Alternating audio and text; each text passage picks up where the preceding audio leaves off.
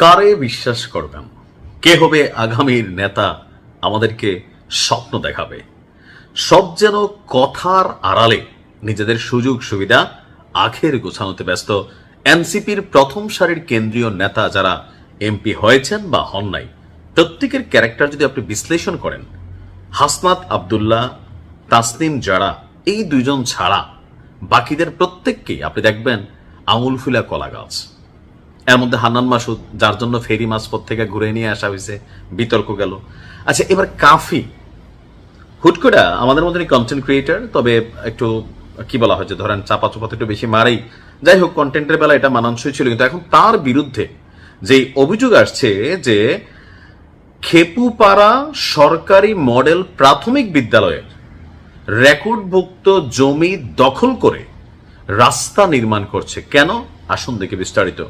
ঘটনার প্রেক্ষাপট হচ্ছে কাফির নিজ এলাকা পটুয়াখালীর কলাপাড়া উপজেলার, সেখানে একটি স্কুল হচ্ছে খেপুপাড়া সরকারি মডেল প্রাথমিক বিদ্যালয় সরকারি, যে আপনার স্কুল কর্তৃপক্ষের দাবি হচ্ছে বিদ্যালয়ের জমির উপর রাতের আধারে রাস্তা নির্মাণ করা হয়েছে এবং এতে বাধা দিতে গেলে প্রধান শিক্ষককে হুমকি দেওয়া হয়েছে। তারা উপজেলা নির্বাহী কর্মকর্তার কাছেও অভিযোগ দিয়েছেন। এতদিন যাবৎ এনসিপিতে জয়েন করার আগ পর্যন্ত as a single content creator কাফির পরিচয় ছিল, কিন্তু এনসিপিতে যোগ দেওয়ার পরে তার দলীয় একটা শক্তি হয়েছে, একটা উইং হয়েছে। ক্ষমতায় বিএনপি থাকলেও এনসিপিকে বিএনপি প্রচুর সম্মান করে, ভয়ও পায়।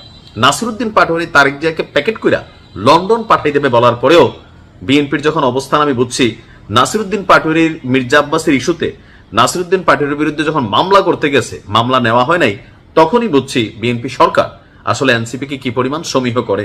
উপরে উপরে হয়তো অনেকে অনেক কিছু বলে, বাট বিস্তারিত হচ্ছে এটাই। তো যার কারণে এনসিপি এই যে তাদের রাজনৈতিক একটা শিকড় মাটির গভীরে গাড়ছে, এমনকি সরকার কোথাও না কোথাও হয়তো অনেক নমনীয়তা পোষণ করছে, এগুলোকে আসলে পুঁজি কাজে কইরা কাফি কিন্তু এই ঘটনা ঘটাইছে বলে আপনার সেই বিদ্যালয় কর্তৃপক্ষের এটা তাদের অভিযোগ। এখন কাফির কাছ থেকে আমরা কি তথ্য পাচ্ছি? কাফি বলছে সে কারো জমি দখল করে নাই, তার দাবি হচ্ছে তিনি প্রকৃত মালিকের কাছ থেকে আইনগতভাবে জমি কিনেছেন। ওই জমি নিয়ে দীর্ঘদিন আদালতে মামলা ছিল, আদালতের রায়ের ভিত্তিতেই জমি হস্তান্তর হয়েছে এবং নিজের জমিতে যাতায়াতের জন্য রাস্তা নির্মাণ করছেন। ফ্যাক্ট কিন্তু জমি দখল না, ফ্যাক্টটা হচ্ছে রাস্তা নির্মাণের জন্য সে যেই জমিগুলা ব্যবহার করছে, তাদের জমিগুলা তিনি কিনছেন কিনা, কিনেন নাই। অর্থাৎ যে কোনো জায়গায় একটা জায়গার ভ্যালু তৈরি হয় আপনার রাস্তার উপরে। তো কাফি যে জায়গাটা কিনছে, এটার রাস্তা না থাকায় সে নিজে এখন একটা রাস্তা তৈরি করতেছে।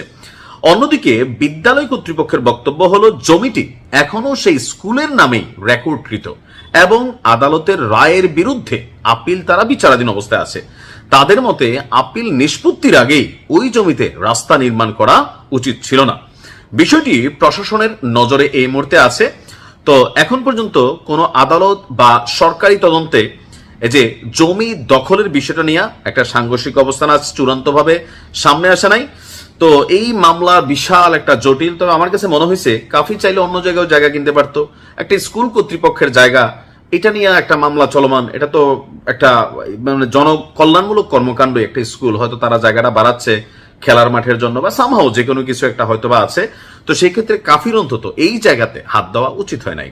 অন্য জায়গায় জায়গা কিনতাম, আবার রাস্তার সাথে টাকা তো আছেই, অনলাইন থেকে তো ভালোই কামাই করি আমরা যারা আছি, আমরা তো জানি। তো সেই ক্ষেত্রে ওই জমিটাই কেন নিতে হবে? এগুলো ওজন নষ্ট করে। দেখা যাক কি হয়। ভালো থাকুন।